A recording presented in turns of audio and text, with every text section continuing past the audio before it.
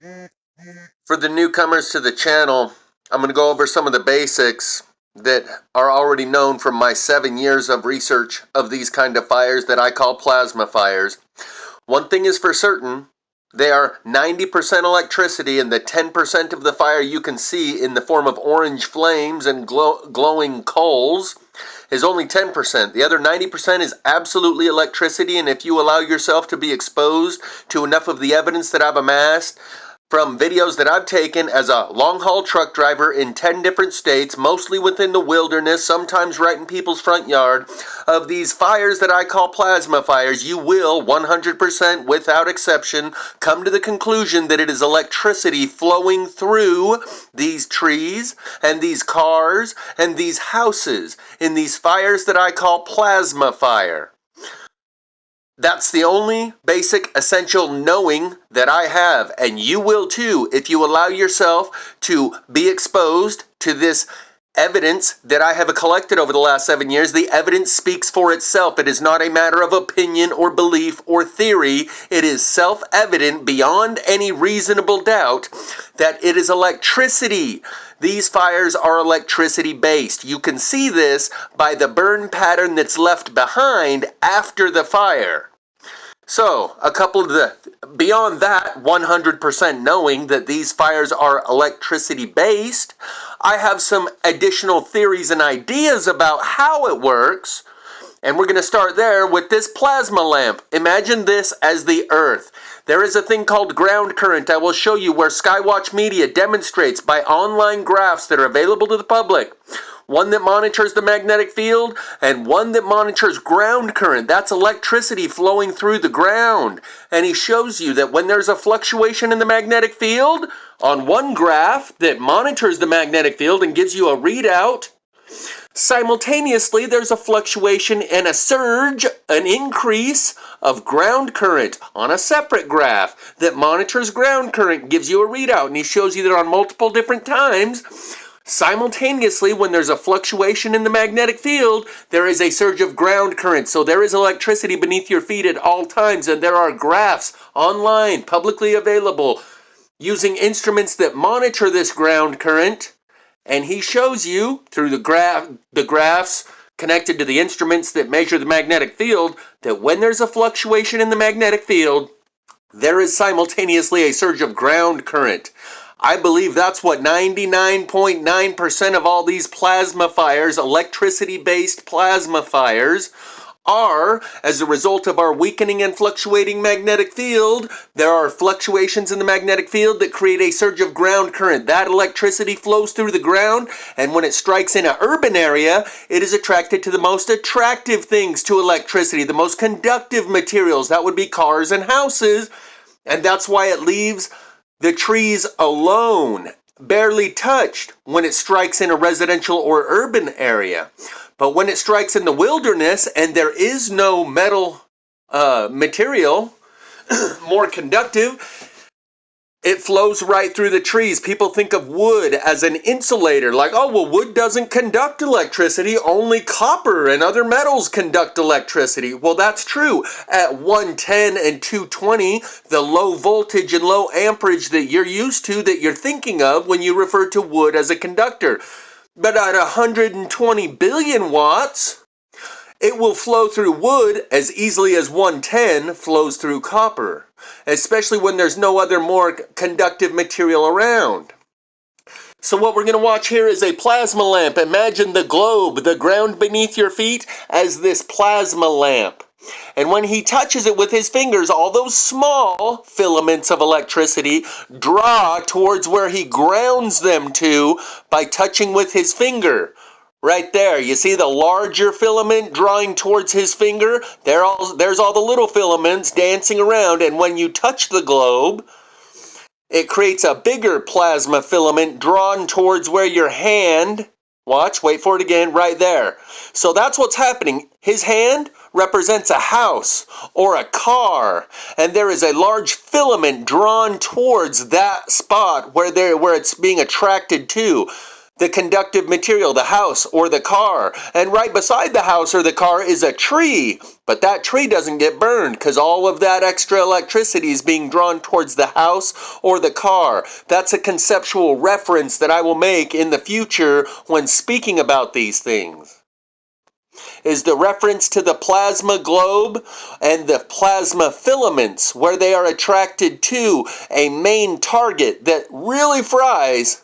And we'll talk more about that. Just keep that concept in mind about the electricity in the ground, the fluctuating magnetic field, and the filaments of electricity that reach up and latch onto something the way that it's doing with his hand.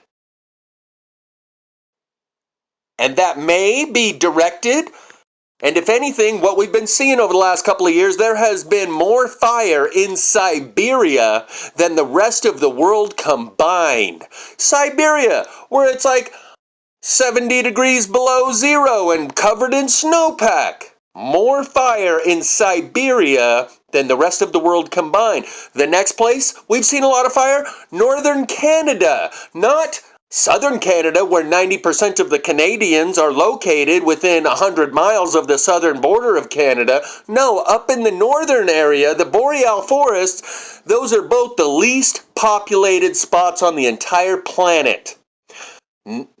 Siberia and northern Canada. So if there was a fluctuation in the magnetic field and there is a surge of ground current that's coming up and we need to direct it somewhere, those would probably be some of the most beneficial places that we could direct this excess ground current, where it can release and do the least damage. That's what we've seen. So in the cases where this energy is directed, there's strong evidence that most of everything that I've filmed hundreds of videos out in the forest, in the wilderness, where this electricity fire is affecting trees and fence posts where there is no target. So you can't call it a directed weapon, a directed energy weapon.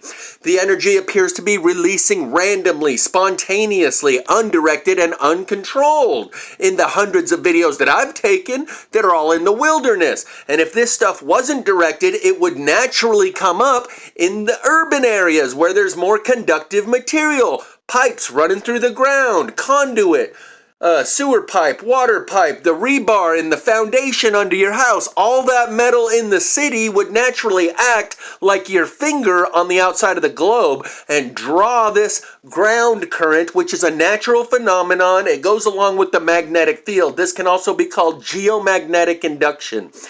Everywhere there is magnetism, there is electricity offset by 90 degrees. Everywhere there's electricity, there is magnetism offset by the 90 degrees. Everyone knows about the Earth's magnetic field. They're not as familiar with the Earth's electrical field, which is equal to its magnetic field. And I believe the Earth works a lot like the alternator on your car and every other electrical power generation facility out there that turns a turbine that spins those magnets, and every time those magnets have their flux lines cross the copper coil, whether it's on your alternator or a larger turbine at a power generation facility, every time those magnets and their magnetic flux lines are broken because they cross over the copper coil, it sends a surge of electricity down the wire to charge your battery in your car. The Earth works the same way. Those flux lines of the magnetism are accompanied by electricity. And that's how you get the electricity out of the magnets on your alternator, is by breaking those flux lines, by spinning it fast enough that when it crosses those copper coils, it breaks the flux line. If you spin your alternator slowly, you will get zero electricity coming out charging your battery. You have to spin it quickly enough that it breaks the flux lines as it goes across. Otherwise, the flux lines just kind of meld around the copper wire as they move across it, and no electricity comes through. This is the same concept as the flashlight, that you shake a magnet inside back and forth, and there's a copper coil on the handle of the flashlight. Every time that magnet goes back and forth past that copper coil, it sends a surge of electricity down the battery or down the wire to a battery or directly to the bulb. So the Earth works in a very similar way. The magnetic field creates electricity, the same way the alternator does, the same way the shake flashlight does, the same way all of our power electric facilities that turn a turbine create their electricity. By breaking the magnetic flux lines of a magnet and capturing that electricity that's released when you do that. Our Earth's magnetic field has a way of releasing electricity. In some cases, I do believe it can be tapped into and directed. In 100% of the cases that I have filmed myself over the course of the last 7 years as a long-haul truck driver in 10 different states, 100% of the videos that I have taken appear to have no target, therefore cannot be considered to be weaponized and directed. It instead appears to release randomly here and there and everywhere, like leaking. And to whatever extent it does appear to be directed, it appears to be directed into Siberia and northern Canada, like if the Earth is naturally putting off this excess ground current, and if we don't direct it, it's just going to naturally spring up in the urban areas where there's more conductive material.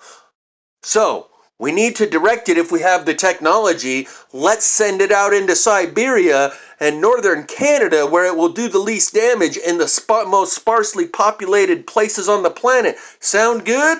That sounds good to me, and that appears to be what has been happening. Siberia, 70 degrees below zero with snowpack, the most sparsely populated place on the planet, has had more fire than the entire rest of the planet combined. Likewise in the Australian outback, where there's pretty much nobody but kangaroos and koala bears. So, before you get off on your directed energy weapon tangent, none of the people online, they focus on 5 fires and the idea that it's directed energy weapons. I am the only person that can apply contextual understanding to these fires in the way that I do, because no one else is taking into account the thousands of other fires that have no apparent target, that are out in the middle of nowhere, that affect nothing more than fence posts and trees. None of these other people are taking that evidence into perspective and adding those variables into their equation in their investigation. So I claim fair use in the copyrighted material because I am not just using it for the sensational visuals. I am the one and only person who can and will add educational value, contextual understanding to give you conceptual understanding of electricity fires. That's what's happening.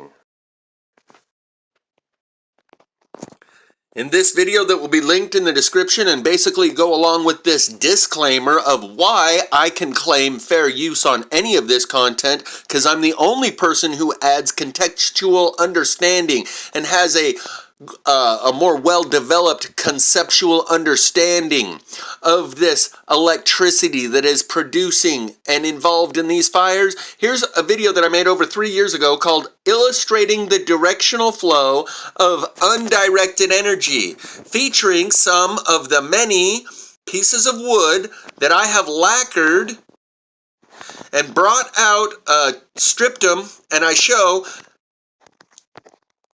that the burn follows the grain of the wood. As you can see, that wood right there spirals. It has a spiral shape to it at the bottom, and it actually spirals, it corkscrews twice. This piece right here corkscrews twice. And the burn line follows the grain of the wood. If the grain of the wood curves back and forth, the burn line will curve back and forth. It's flowing through the fibers of the wood, just like little copper lines and the electricity that flows through the copper lines. I have many of these pieces. There's another curved one. And there will be many other links in the description. There's some more curved pieces of wood, and as the wood itself curves, so does the burn line. I have proven this is electricity from 1,000 different angles. That is beyond question. That is beyond a reasonable doubt that this is electricity involved in these fires. How it works is up for debate. Whether or not it's electricity is out of the question. That is no longer a question. I have gone way above and beyond proving these fires are electricity based. So, along with this video linked in the description where I go over some concepts and show you, this square post is only burned on two sides and has a perfect burn line following the manufactured edge. This came from my neighbor's house. Not just a house in my neighborhood, the next door neighbor who shares a property line with us. And I give you an explanation of how this energy works, the directional flow of this non-directed energy. They took this particular square post that was sitting next to two telephone poles that also burned in the similar way, that with a straight line burn pattern going up them. And they took this post, I took a video the first day, which had this post standing up. And then I went back and took another video the second day, and this post was gone, and I didn't even notice, hey, where was that square post that I filmed yesterday? A week later, when I'm walking around looking for more of the, forensic evidence in the burn patterns, I noticed this square post shoved under the ivy. The ivy didn't grow over that square post within a week. The fire truck hit this square post and broke it off and shoved it under the ivy in order to conceal it because of the evidence that it reveals about these electrical fires. People might notice, hey, how did this post get a perfectly straight burn line on that side, and on this side it only overlaps the manufacturer's edge by a 1/4 inch? And I even explain why one side is a perfectly straight burn line along the manufacturer's edge, and the other side overlaps the manufacturer's edge by a 1/4 inch. It's essentially a shadow line, and you get the same shadow line effect on the round telephone poles that it was next to.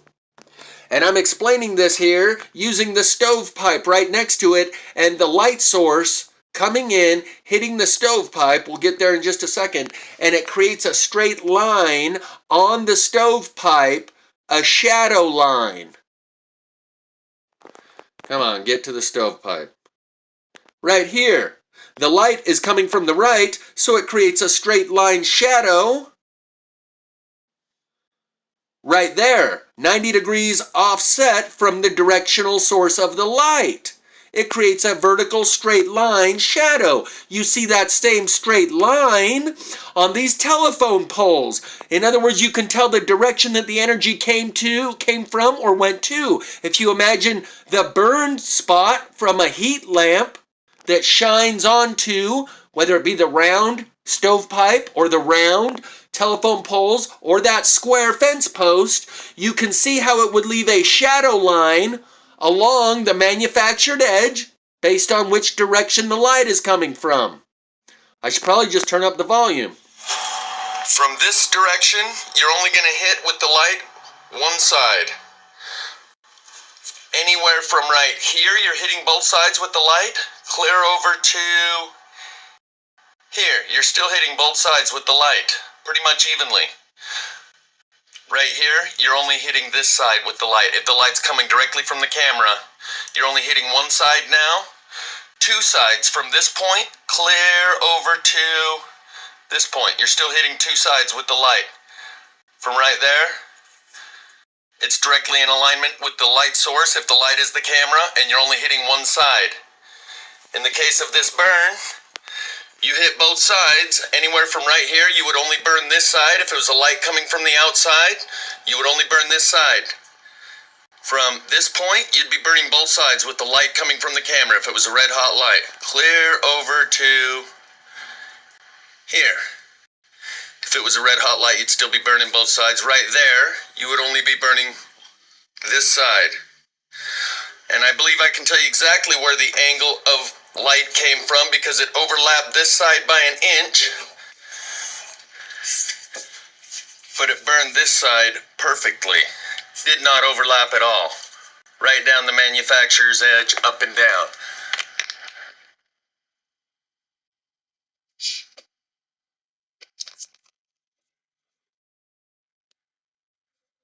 So that means the light source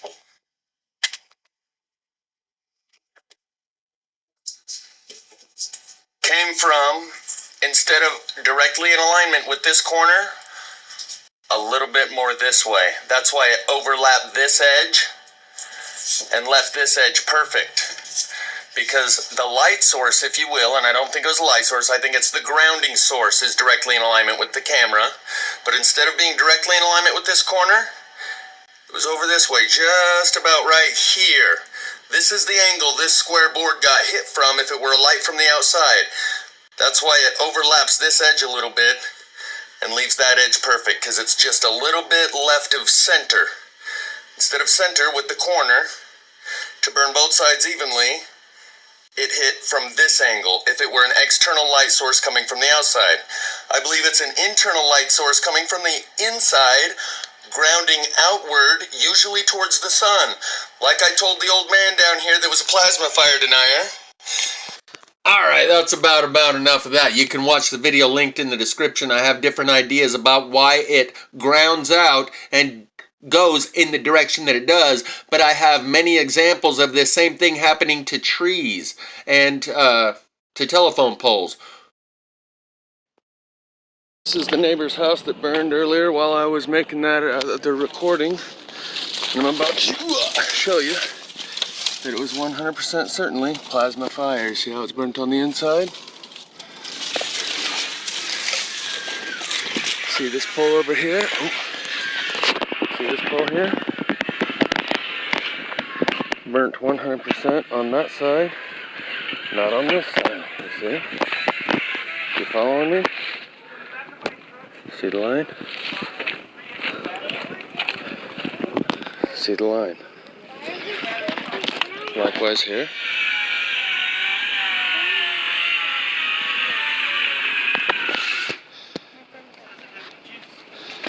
Okay.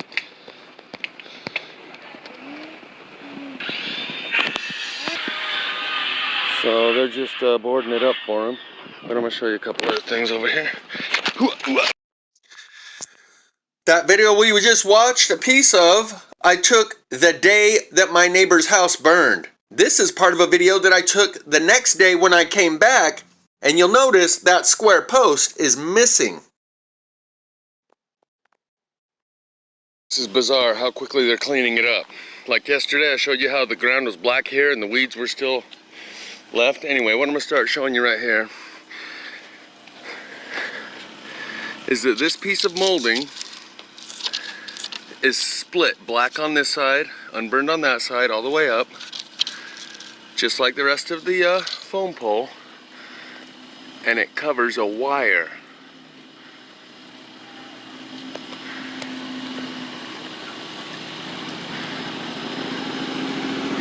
And that wire is the dividing line between burned and unburned, and it stops right about there. The burn on the left stops right about there. You see this pole? It's got the exact same burn. Burn on the left, unburn on the right, but you don't see a wire going up the middle here. But you do see the same burn on the left, unburn on the right. Okay, now let's ask a logical question. If this burned this hot all the way around, but up here, how can that be unburned and this be so highly burned and they be so close together?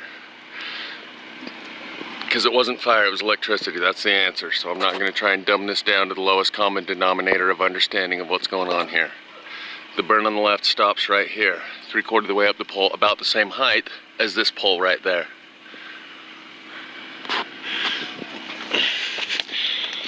But that's what I was mainly coming to show you. Here's the wire that goes clear down to the ground. And I assume that's grounding wire. I'm not exactly sure. But that's what is covering. And right here you can see the burn. The burn took out the left half of this piece that right here, it starts to, there's still wood left there. Just barely though, I can kind of knock it out. But as you can see, just like the pole, it's burned on one side, unburned on the other. Fire doesn't do that. That's electricity. That's being electrocuted.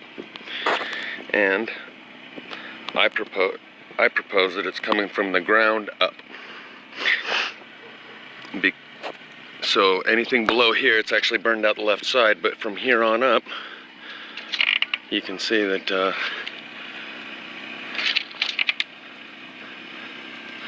this little tiny piece of molding that's covering that wire, that copper wire,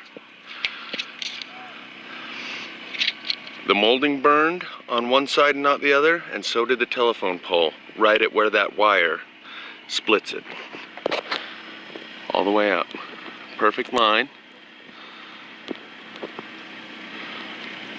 So I'm hoping we can agree just from this alone that it wasn't fire. It was electricity. I need to get someone with some real camera skills, and maybe even like a turntable that turns it and spins some of this stuff inside a glass case. Like someone was saying, they were like, you should sell plasma wood artwork. I was telling them, well, right now, like someone the other day told me, you should put it out. You notice the unburn line right in here between the two burn lines?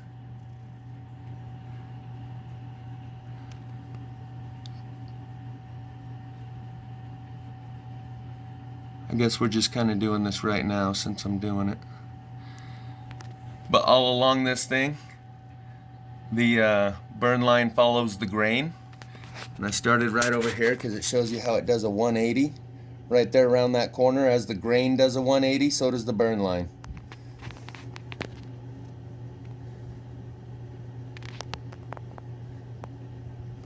Anywho, this one's one, there's a couple others.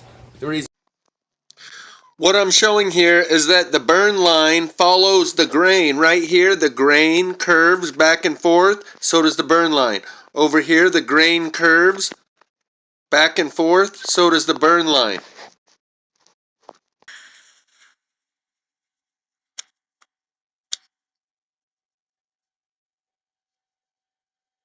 I guess we're just kind of doing this.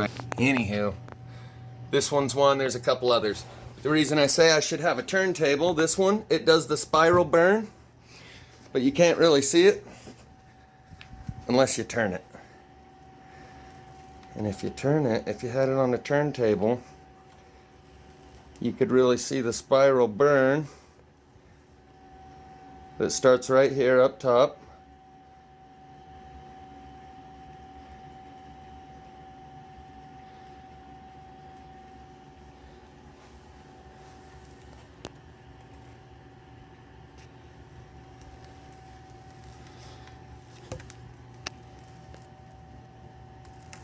And goes down in and through the piece. So it's almost like impossible to see unless you're at the right angle.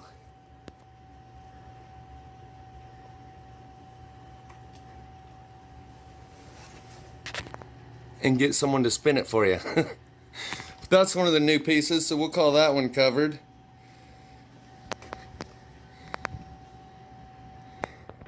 Since we're on the spinny, twisty burn pattern, this one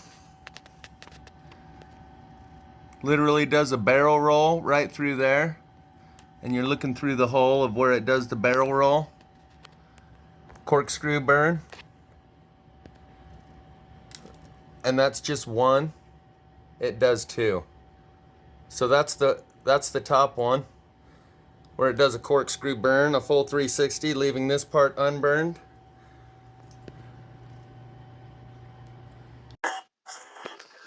If it were flame burning it from the outside, there's no possible way these burn lines and these patterns could be left. This proves it's electricity moving through the wood. That's why it burns the trees on the inside, and that's why it leaves these burn patterns that follow the grain. And this is some sort of sagebrush that grew in a corkscrew, and that's why it burned with a corkscrew burn pattern as the electricity flows through the fibers of the wood. And then you follow it back to here, and we got another one.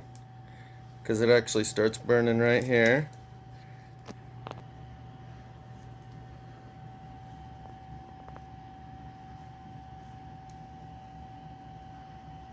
Burns inside there.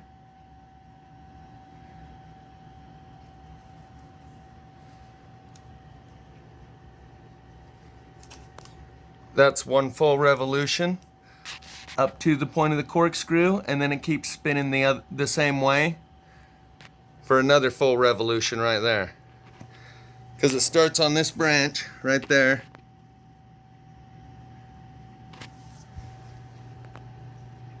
Burns this way once, and then another spin right there.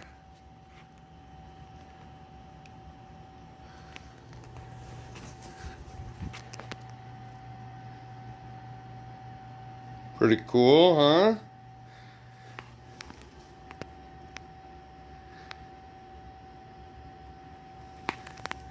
So, this is one of the new pieces. Here it doesn't quite do another corkscrew. You can see here it spins around that way and then kind of weaves over this way and then just kind of wanders back on the burn line. Wanders back and forth a bit, kind of like both of these. You can see how the wood doesn't actually corkscrew, but it twists back and forth a couple times, and the burn line goes with it. So in this case, unlike the demonstration I was giving before, where it appears that the energy flows up and through the tree and out in a very specific direction, actually this one kind of does. It gives a full 360 right there to right here. Yeah, there's a corkscrew in this one. It's just right there at the very bottom where I was thinking about cutting it off. That kind of sucks. Anyway, so in the case of these, it doesn't go up and out in one direction. It actually goes down the branch. So you can tell that the same rule doesn't apply as when in the case where it seems to go up and through the branch and out in a very specific direction, and they all exhibit the same burn pattern.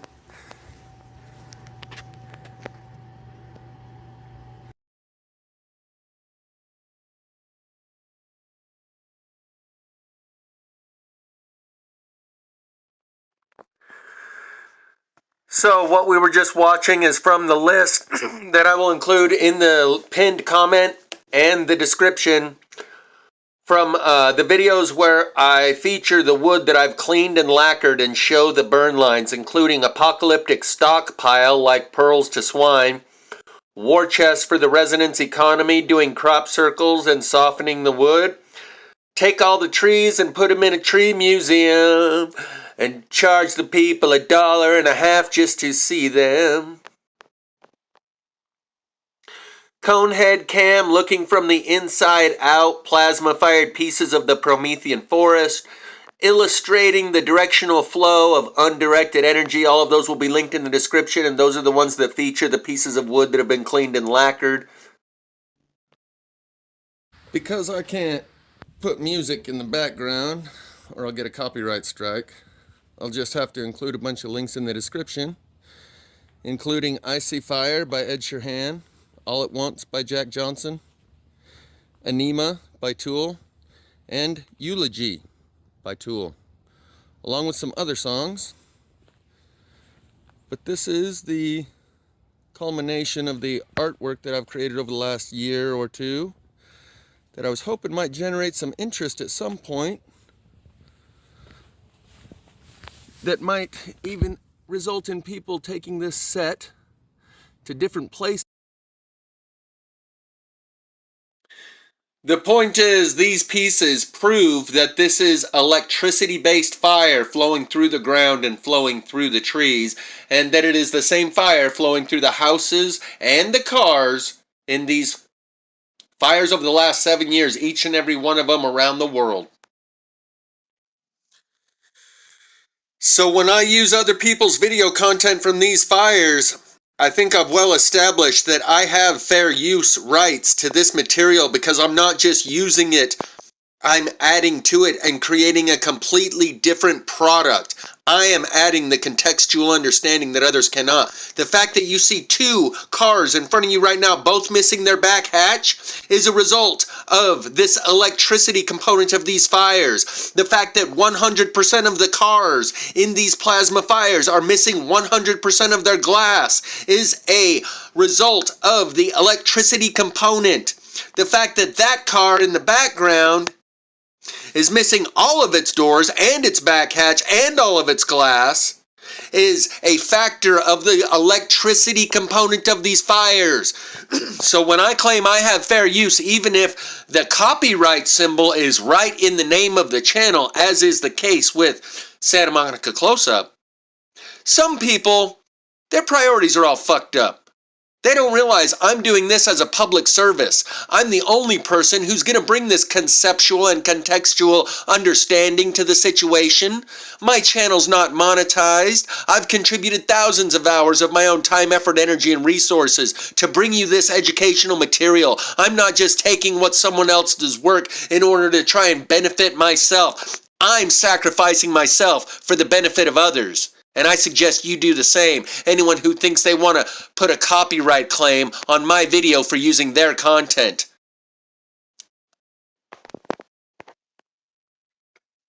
The rust color of all of these cars is from a process called electrolysis, which uses the smoke as a medium of ion exchange. Typically, rust takes a very long time and is associated with water because it uses water as the medium for ion exchange. In these cases, it instantly rusts.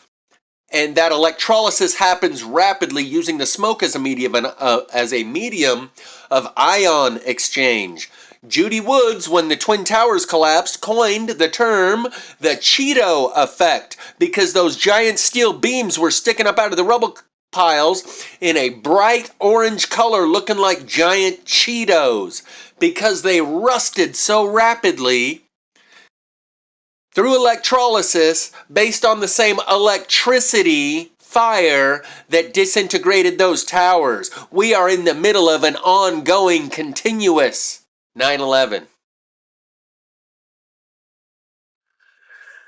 So as you can hear, I'm a little conflicted because the other part of my theory is that most of this is natural and non-directed, but as is the case with that infamous day in September, clearly that was directed and intentional. And there are other instances like the 5 Secret Service vehicles of Joe Biden's within the last year that had their engine blocks melted after hours, just a couple hours after they were returned to the Hertz rental company. Link will be in the description to show you those 5 vehicles with their engine blocks melted. Engine is the densest material in a car. Microwave energy is drawn towards the densest material. That's why when these fires, these electricity fires, strike out in the middle of the wilderness, giant logs will be burned with little leaves and weeds that are far more flammable in a traditional fire, in a classic fire. The leaves and the weeds burn first. In these fires, these electricity-based fires out in the wilderness, the giant logs burn first, leaving leaves and weeds in between them, dry leaves and weeds in between the charcoaled logs, because the charcoaled logs are denser, drawing more of that microwave energy to them, just like the engine block is denser, drawing that energy towards it. That's why those cars burn the engine block first, as is the case with so many of the other of these cars. So this energy, I believe it is both, most of it is non-directed, naturally releasing as a result of our fluctuating and weakening magnetic field, but that same energy can be directed and weaponized. Either way, the amount of energy in these fires is certainly not coming from traditional types of electricity generating technology, hydroelectric dam, coal-fired power plant, nuclear power plant, windmill, none of that. It is the electrical field of the earth in all cases, whether it's tapped into and directed and weaponized or just naturally springing forth as a result of a natural process we're going through. It is the electrical field of the earth that is at play in all of these cases, in my opinion, in my not so humble opinion. However, I'm under the impression that 99% of everything I've recorded myself doesn't seem to have a target, unless that was just all target practice in the middle of nowhere. And there also may be different factions. Some people that are directing this excess energy of geomagnetic induction ground current that comes about naturally as a result of the fluctuating magnetic field. There are some factions who are directing it clear out into Siberia and northern Canada, and maybe there's other factions that are weaponizing it and directing it in more nefarious ways. That is all up for debate. What is not up for debate is that these fires are all electricity based, regardless of whether it's intentional and directed or unintentional and out of control.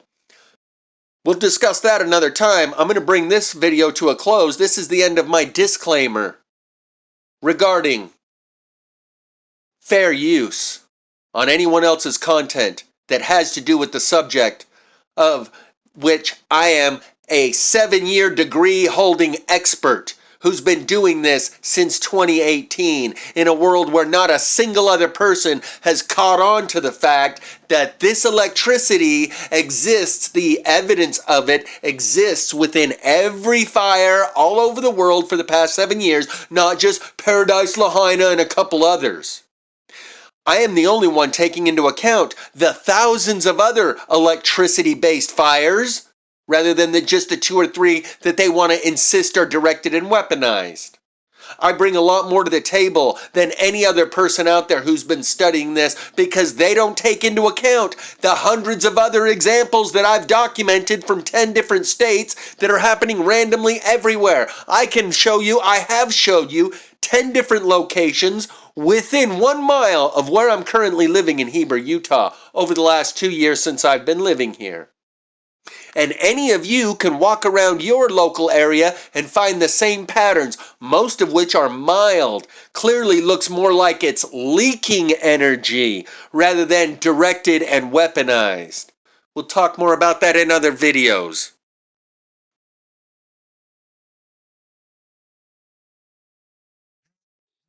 In each of my videos, including this fair use disclaimer video, I leave a long list of links. It is a resource pool of references for anyone who wants to educate themselves on this subject of plasma fire.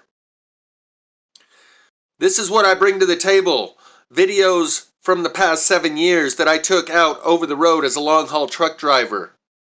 On the scene, hands-on investigation into the subject matter, along with the concepts that I've developed around the evidence that I've been exposed to, and then relayed to the rest of you, allowing you to develop your own theories. One thing is for sure, these are electricity that I've been exposed to.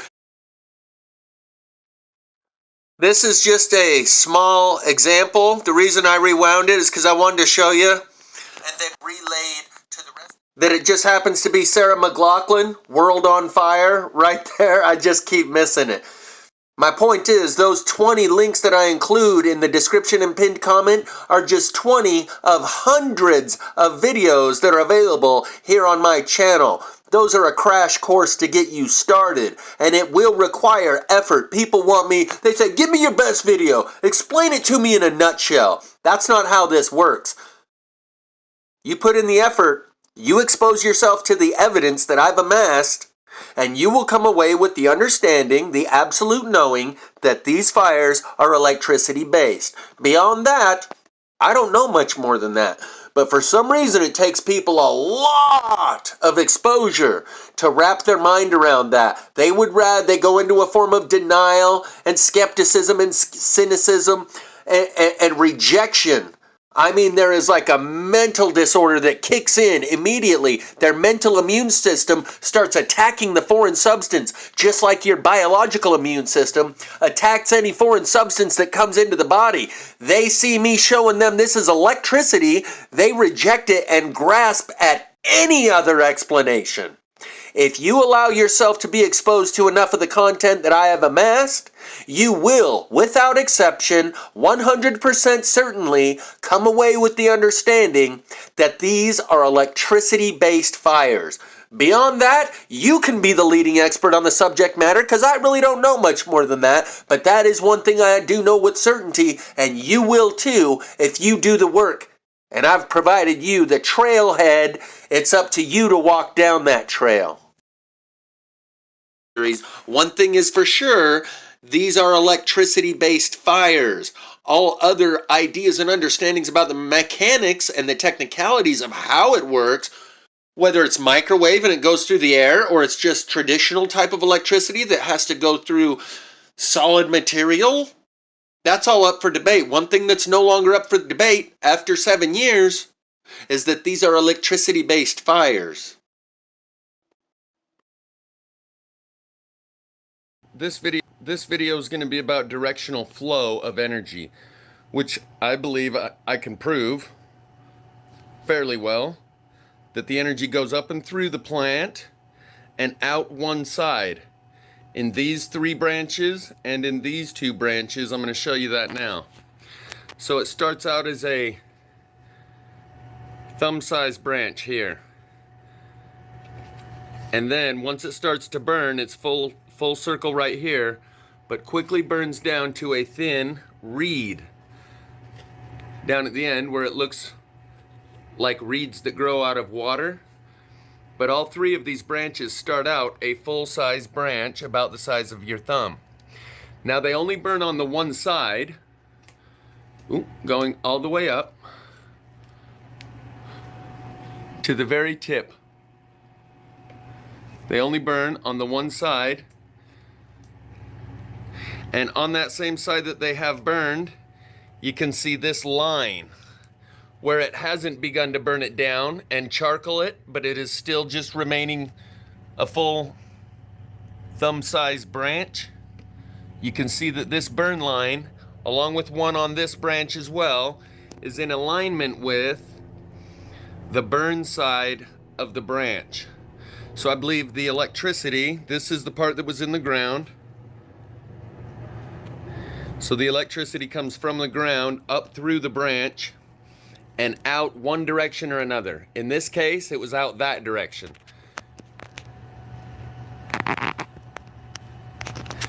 Because you can see, there we go, we'll just twist it a couple times. You can see the burn line that runs generally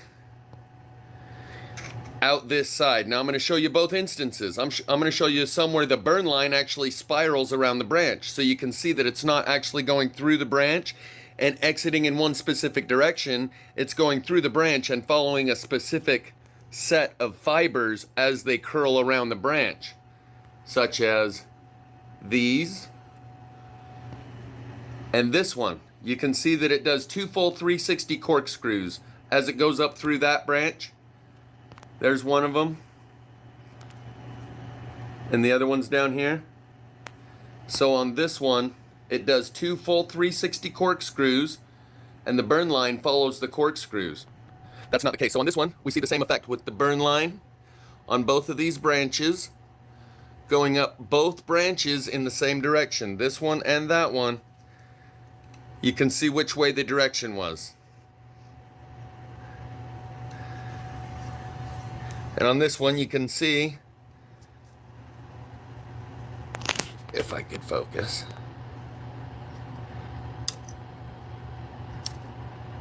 the burn line is very straight going up both sides.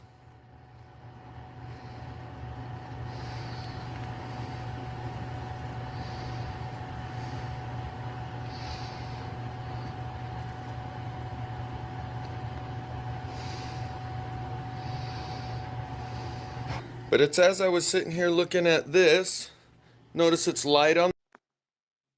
So here's where we get into the purpose of why I made this disclaimer video, this fair use, where we start matching. You know the game, the memory game of memory, I think it's called memory, where you turn over one card and you try to remember where you saw that same card and find matches. Well, I'm seeing patterns in these new fires that match the same patterns I've identified in old fires. Like those shadow line burns that you saw on the telephone poles. Here you're going to see some of those same shadow line burns on these trees. And then I'm going to relate that to something we see in the current fire in Palisades. So just one final note, you can see the main tree here is unburnt on the backside here, and it has that straight line shadow burn that basically only burnt it on that front side. But it's not because there was a car burning here and so much heat radiated over and hit that tree, or these ones wouldn't have the same burn pattern. And that's what the average person would think. They'd say, oh yeah, car started fire there and it started a grass fire, and those just got burnt from the radiating heat coming from the car that was on fire there.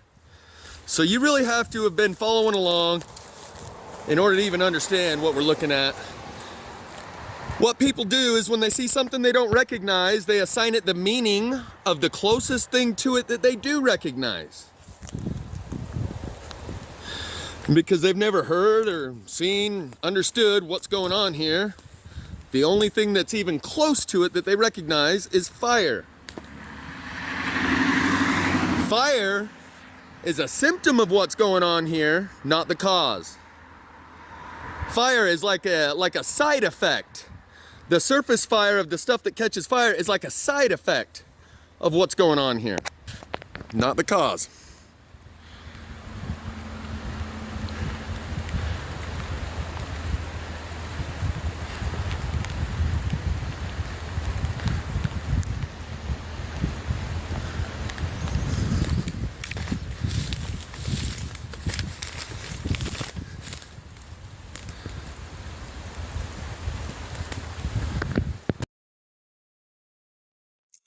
So those trees that we just looked at are from this video that I took over 3 years ago, where you can see a car burned right here. Now imagine one of those plasma filaments reaching up through the ground right here, latching onto that car, like the finger touching the outside of the globe, which draws that larger plasma filament to the outside, or to that point on the plasma lamp globe. The car sitting here is the equivalent of the finger touching the globe. The large plasma filament is reaching up and burning the car, and it creates a circle around the car that goes off into the weeds and the trees off the side of the road. We're going to see that same pattern from the Palisades fire here in just a moment.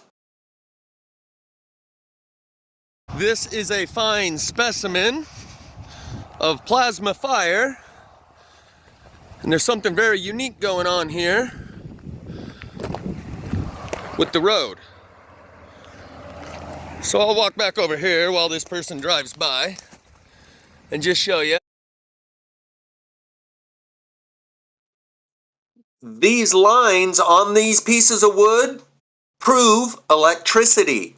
Fire burning the piece of wood from the outside could not leave these fine lines between charcoal in this point and completely untouched at that point. These lines also prove electricity. If you expose yourself to enough of this, you will understand the meaning of that and the self-evident truth of that statement. All the evidence everywhere here with the road. So I'll walk back over here while this person drives by and just show you all the evidence everywhere here in this one little small spot of plasma fire.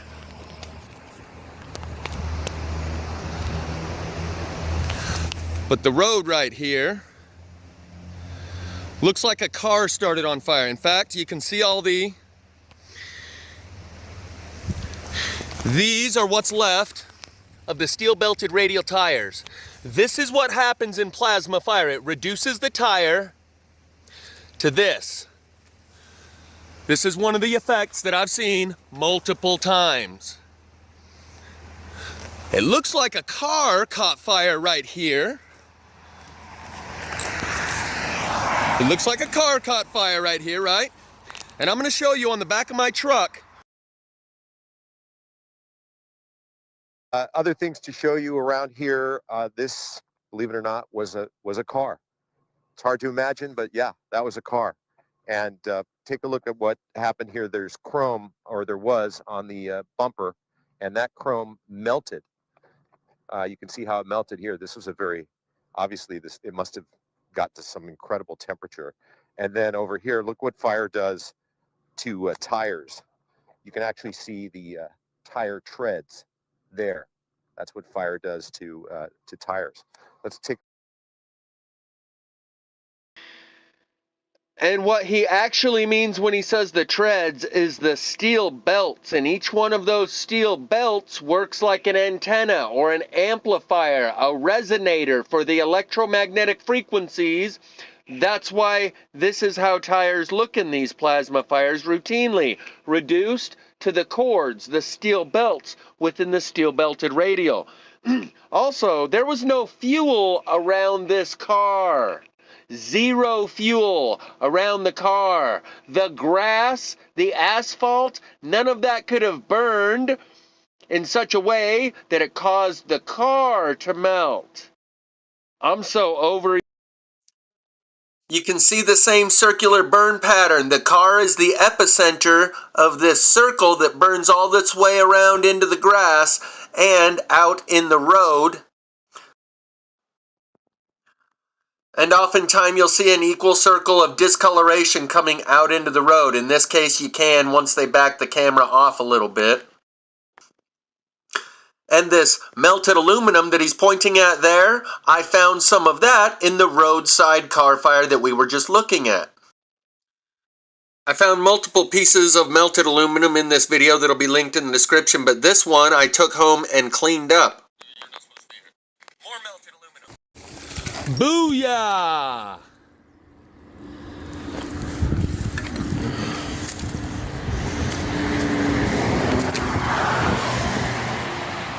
This is what we first saw in 2018, maybe even 2017 in the plasma fire. This is what we first saw in 2018, maybe even 2017 in the plasma fires in California, where from the cars you could see the streaming rivets of aluminum that were running down the road because they had turned to liquid and then solidified. And the first thing I ever saw was one of these reporters pick up one of these pieces of aluminum that had ran from the rims on down the road, and that might be what that is. That might be a rim. This is that piece of aluminum cleaned up and then lacquered, and you can see this unburned stick right here in the middle, and it's only burned right here on the ends where it's wrapped up within the molten aluminum.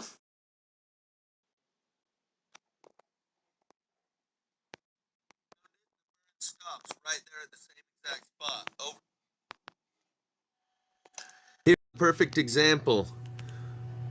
Where the molten metal stops wrapping around it, the burn stops right there at the same exact spot. Over here, where the molten metal wraps around it, the burn line only goes where the molten metal is and burn the tip of it,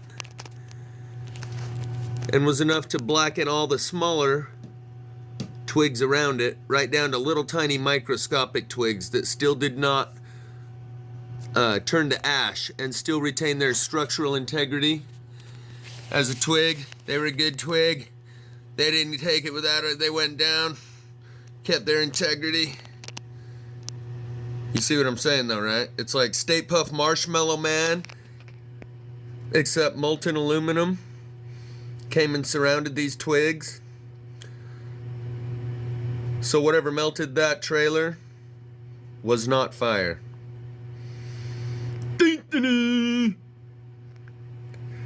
Sorry, I had to pull a Carlos Mencia. He's one of my friends. You can see right down here where it completely envelops this twig right here that runs along here. And this little tiny one. So my point here, I think I can make it a little better now than I was then. All of these twigs, even the blackened ones, were not burnt. The unburned twigs below the molten aluminum prove that's not what melted the car. The melting metal fell down onto unburned sticks. The smaller ones turned black because of the heat of the molten aluminum, but if they were burning and that caused the aluminum to melt, they would have just turned to ash. So the sticks below the melting car were not on fire. You can see that by the fact that they all still remain intact and they still have their shape. The only reason they're black instead of brown is because the heat of the melted metal, as it enveloped them, turned them black. You can see the larger one is still brown with its bark on it. I'm trying to get to the good spot again.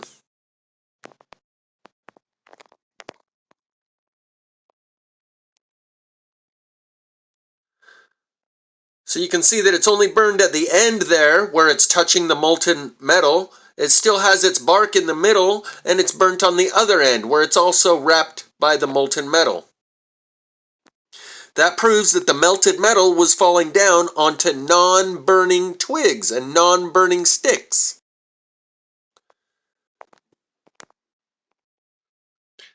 And since this is the educational video for newcomers, Skywatch Media here has a video from quite a few years back titled Earth's Magnetic Field Suddenly Vibrates, Causing an Unexpected Electrical Surge. The only thing I would differ with that is that every time the magnetic field vibrates, it always creates an electrical surge. That's not unexpected. The unexpected part is why the magnetic field even vibrated in the first place, because we did not have any incoming solar flares. At the time, we were at solar minimum. There was very little sunspots and solar activity. So, it could be artificially induced through systems like the solar magnetic amplification causative configurator, where they grab onto one of those electromagnetic flux lines of the Earth, stretch it back, and then let it snap like a rubber band when they release it. And that fluctuation plucks it like a guitar string, like a harp.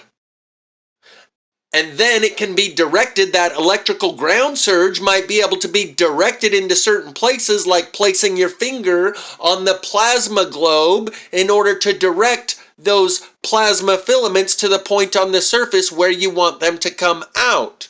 He's going to show you a couple of occasions where this has happened, and we don't know why there was a fluctuation in the magnetic field, but on both occasions there was a ground surge of electricity in the ground that accompanies that fluctuation in the magnetic field.